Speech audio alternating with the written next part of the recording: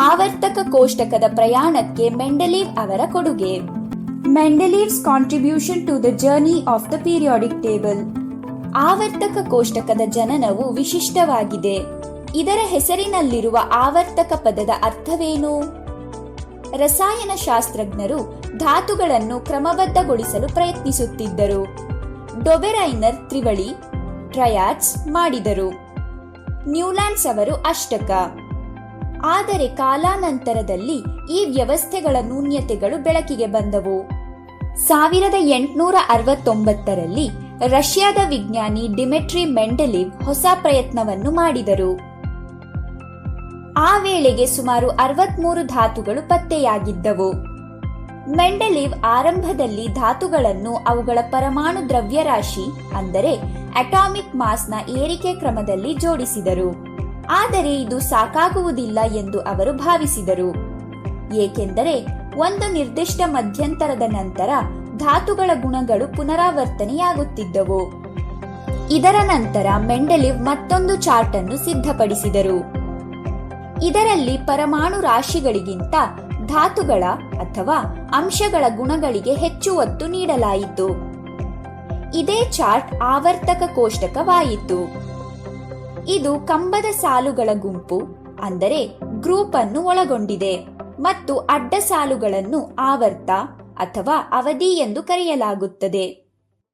ಆವರ್ತ ಪದದ ಅರ್ಥ ನಿಯಮಿತವಾಗಿ ಪುನರಾವರ್ತಿಸುವುದು.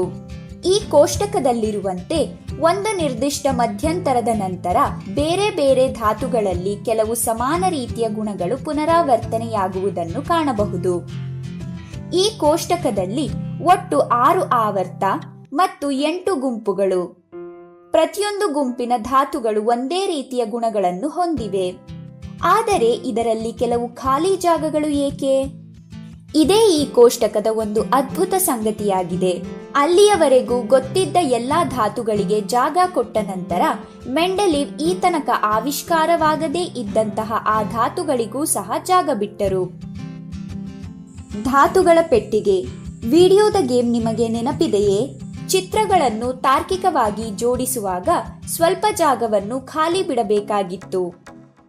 ಮೆಂಡೆಲೀವ್ ಕೂಡ ಹಾಗೆ ಯೋಚಿಸುತ್ತಿದ್ದರೆ? ಇದನ್ನು ನೋಡಿ. ಆರ್ಸೆನಿಕ್ ಅನ್ನು ಅವರು ಇಲ್ಲಿ ಅಲ್ಲ, ಇಲ್ಲಿ ಅಲ್ಲ, ಇಲ್ಲಿ ಇಟ್ಟಿದ್ದಾರೆ. ಏಕೆಂದರೆ ಆರ್ಸೆನಿಕ್ ಗುಣಗಳು ಈ ಗುಂಪಿನ ಧಾತುಗಳಿಗೆ ಹೋಲುತ್ತವೆ. ಈಗ ಈ ಖಾಲಿ ಜಾಗ ಅಂದರೆ ಕೆಲವು ಧಾತುಗಳನ್ನು ಇನ್ನೂ ಕಂಡುಹಿಡಿಯಬೇಕಿದೆ ಎಂದರ್ಥ. ಮೆಂಡೆಲೀವ್ ಇದನ್ನು ಏಕ ಬೋರಾನ್, ಏಕ ಅಲ್ಯೂಮಿನಿಯಂ, ಏಕ ಸಿಲಿಕಾನ್ ಎಂದು ಹೆಸರಿಸಿದರು. ಅಚ್ಚರಿಯ ವಿಷಯ, ಮೆಂಡೆಲೀವ್ ಅವರ ಭವಿಷ್ಯ ನಿಜವಾಯಿತು. ಕೆಲವು ವರ್ಷಗಳ ನಂತರ ಸ್ಕ್ಯಾಂಡಿಯಂ, ಗ್ಯಾಲಿಯಂ ಮತ್ತು ಜರ್ಮೇನಿಯಂ ಧಾತುಗಳನ್ನು ಕಂಡುಹಿಡಿಯಲಾಯಿತು. ಅವುಗಳ ಗುಣಗಳು ಮೆಂಡೆಲೀವ್ ಊಹಿಸಿದಂತೆ ನಿಖರವಾಗಿ ಇದ್ದವು. ಆದರೆ ಈ ಕೋಷ್ಟಕದಲ್ಲಿ ಹೈಡ್ರೋಜನ್ ಅನ್ನು ಕ್ಷಾರಲೋಹಗಳ ಮೊದಲ ಗುಂಪಿನಲ್ಲಿ ಇರಿಸಲಾಯಿತು. ಆದರೆ ಇದರ ಗುಣಲಕ್ಷಣಗಳು ಗುಂಪು 7ರಲ್ಲಿ ಇರುವ ಫ್ಲೋರಿನ್ ಮತ್ತು ಕ್ಲೋರಿನ್ ಜೊತೆ ಕೂಡ ಹೋಲುತ್ತಿತ್ತು. ಸಮಸ್ಥಾನಿ ಅಂದರೆ ಐಸೋಟೋಪ್ಸ್ಗಳಿಗೆ ಇದರಲ್ಲಿ ಯಾವುದೇ ಸ್ಥಾನವಿರಲಿಲ್ಲ. ಏಕೆಂದರೆ ಆ ಸಮಯದವರೆಗೆ ಪರಮಾಣುವಿನ ನಿಖರವಾದ ರಚನೆಯು ತಿಳಿದಿರಲಿಲ್ಲ. ಸಮಸ್ಥಾನಿಗಳು ಎಂದರೆ ಒಂದೇ ಧಾತುವಿನ ವಿವಿಧ ಪ್ರಕಾರಗಳು. ಅದರಲ್ಲಿ ಪ್ರೋಟಾನ್ಗಳ ಸಂಖ್ಯೆ ಸಮಾನವಾಗಿರುತ್ತದೆ, ಆದರೆ ನ್ಯೂಟ್ರಾನ್ಗಳ ಸಂಖ್ಯೆ ಬದಲಾಗಿರುತ್ತದೆ.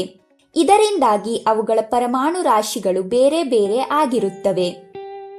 ಮೆಂಡೆಲೀವ್ ಒಂದೇ ರೀತಿಯ ಗುಣಗಳಿರುವ ಕೆಲವು ಧಾತುಗಳನ್ನು ಪ್ರತ್ಯೇಕ ಗುಂಪುಗಳಲ್ಲಿ ಇರಿಸಿದರು. ಉದಾಹರಣೆಗೆ ಚಿನ್ನ ಮತ್ತು ಪ್ಲಾಟಿನಂ. ಮತ್ತು ಒಂದೇ ಗುಂಪಿನಲ್ಲಿ ಸ್ವಲ್ಪ ವಿಭಿನ್ನ ಗುಣಗಳಿರುವ ಧಾತುಗಳನ್ನು ಇರಿಸಿದರು. ಉದಾಹರಣೆಗೆ ತಾಮ್ರ ಮತ್ತು ಬೆಳ್ಳಿ. ಇವುಗಳನ್ನು ಲಿಥಿಯಂ ಮತ್ತು ಸೋಡಿಯಂ ಗುಂಪಿನಲ್ಲಿ.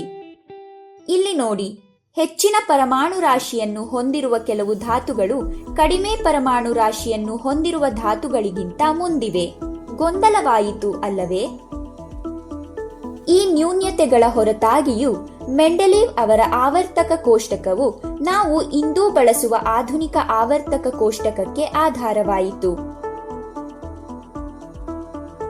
ಈಗ ನಿಮಗಾಗಿ ಒಂದು ಕೆಲಸ. 1955ರಲ್ಲಿ ಮೆಂಡೆಲೀವ್ ಅವರ ಗೌರವಾರ್ಥವಾಗಿ ಹೊಸ ಧಾತುವಿಗೆ ಮೆಂಡೆಲೀವಿಯಂ ಎಂದು ಹೆಸರಿಸಲಾಯಿತು. ಅದರ ಪರಮಾಣು ಸಂಖ್ಯೆ ಮತ್ತು ಸಂಕ್ಷಿಪ್ತ ಹೆಸರನ್ನು ಹುಡುಕಿ.